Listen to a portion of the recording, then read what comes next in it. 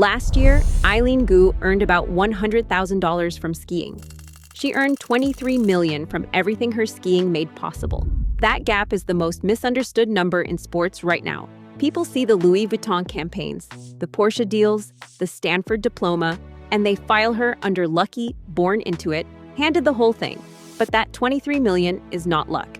It's the payout on a series of bets she started placing at 15 years old, back when nobody was watching and nothing was guaranteed. You've already seen the bets she makes on the mountain. Today, we're breaking down the ones she placed off it. The quiet ones, the unpopular ones, the ones that actually built her. Those are the ones worth stealing. Start in June of 2019. Eileen Gu is 15, raised in San Francisco by a single mother who drove 8-hour round trips to Lake Tahoe every weekend so her daughter could train. She posted an announcement on Instagram. From now on, she will compete for China, where her mother was born. She calls it an incredibly tough decision. And here is the detail everyone forgets. Almost nobody cared. She wasn't famous yet, and the post sat quietly for more than 2 years, while she stacked junior titles and X Games medals. Then the Beijing Olympics arrived. Tensions between Washington and Beijing boiled over, and the bet she placed as a teenager suddenly came due with the entire world watching. American commentators branded her a traitor and demanded she be deported. Critics in China questioned her loyalty every time she flew back to a Stanford lecture hall or fronted a Western brand. Hate mail and death threats arrived from both directions. And at the Milan Games this year, she revealed she had been physically assaulted on her own university campus. That is the actual price tag on the decision people love to reduce to a business move. You can debate her choice, and plenty of people still do. But strip out the politics and study the mechanics. Because as a bet, it was ruthless. At 15, she traded a comfortable certainty, a spot in the American system with an easy hometown story, for a possibility nobody could price yet. When Beijing came, she delivered 2 golds and a silver, became the youngest Olympic freestyle skiing champion in history, and turned herself into the rare athlete who commands the 2 biggest consumer markets on the planet at the same time. Nobody is telling you to court controversy. The point is that real bets on yourself get placed in silence and judged in public, usually years later, usually at the worst possible moment. If you need the room to clap when you place the bet, you will never place it. The China decision only worked because of a bet she had placed even earlier, one that never made a highlight reel. In high school in San Francisco, she scored 1580 out of 1600 on her college entrance exam and became the first student in her school's history to graduate a full year early. Think about why.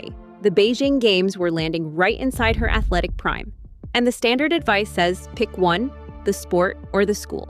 She refused the choice and re-engineered the calendar instead. She earned early admission to Stanford in December of 2020, the dream she had held since she was 6 years old, and then she deferred it. She walked away from the thing she had wanted longest, temporarily, so she could arrive at the Beijing Olympics with 0 divided attention. Golds first, freshman dorm later.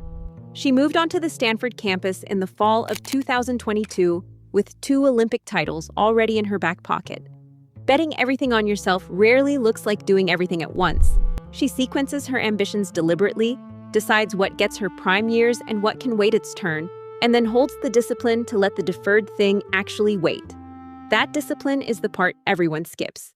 And after Beijing, this is where her strategy separates from everyone else's. The safe play was obvious. Specialize, protect the brand, ski your best event, and coast on the fame. She did the opposite. She started classes at Stanford that fall, kept modeling professionally through Vogue covers, Victoria's Secret shows, and fashion weeks in Milan and Paris, spent a semester studying at Oxford in England, and kept competing in all 3 free ski disciplines, halfpipe, slopestyle, and big air, while rehabbing a knee, injury in 2023, and a concussion in January of 2025. The verdict from the outside was unanimous. She was doing too much, and she was going to drop everything. But run the numbers and the design shows itself.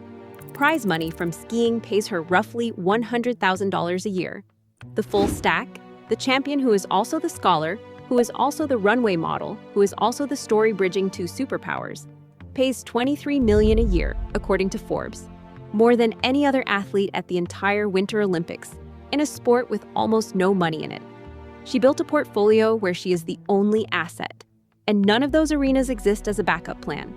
A public failure in any one of them would bleed into all the others, which means every new arena she enters raises the stakes on the whole portfolio. She keeps making the bet bigger on purpose, because a bet on yourself only compounds when you refuse to cap it. Quick pause. If you like breakdowns like this, where we pull the actual strategy out of stories everyone else just admires, hit subscribe. There's a new one every week. Now, the gamble that put all of this on full display. February 2026, Livigno, Italy. She arrives at the Milan Cortina Olympics carrying 4 years of injuries, a concussion, mental health struggles she has spoken about openly, and a Stanford course load she had only just paused. She had not competed in big air in 4 years. She had not skied a half-pipe in 2 months, and she was the only free skier at the entire games entered in all 3 events. Her own word for it afterward was a gamble.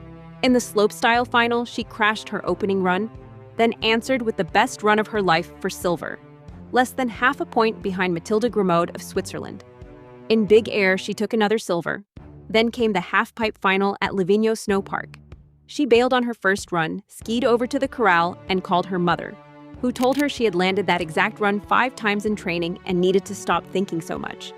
On her next run, she posted a 94, then cleaned the same line for a 94.75, defended her Olympic title, and became the most decorated freestyle skier in Olympic history, man or woman. 6 Olympic events across her career, 6 medals, 3 golds, and 3 silvers. Minutes after that run, she learned her grandmother had died. Through tears at the press conference, she said she had promised her grandmother one thing, that she would be brave the way her grandmother had been brave. And here is what makes her version of gambling different from ours. She has said that even if the results had never come, she would carry no regret, because she had done every single thing she could think of to prepare. That is the entire trick. She cannot remove the risk, so she removes the regret instead. Through preparation so complete that every possible outcome becomes survivable, the bet stays terrifying. She just refuses to leave behind any version of herself that could look back and wonder. So what does Eileen Gu actually teach you about betting everything on yourself? Strip her story for parts, and you get 3 moves. First, place your bets in private and expect the judgment in public. The decision that ends up defining you will probably look wrong, reckless, or ungrateful to the people around you when you make it. And the backlash will arrive long after the choice is locked in. Make it anyway. Second, sequence instead of sacrificing. You probably want several lives, the career and the degree and the creative thing, and the culture keeps insisting you pick one. She is living proof that you can refuse the choice if you are ruthless about order, about what gets your best years now and what waits without expiring. Third, prepare until regret becomes impossible, because preparation is the only insurance a bet on yourself will ever offer. Now, get honest for a second. You already know what your bet is. It's the move you keep explaining to people who never asked, the one you've been pricing out for years without ever placing. So ask yourself one question. Would you still place it knowing the room might boo, knowing the invoice comes later, knowing you'd have to pay it in public? Because that is the version she placed at 15. After her gold in Milan, she told reporters that she gets to become, every single day, the kind of person her 8-year-old self would revere. Build a life where you can say that sentence without flinching. Place the bet, stay hot.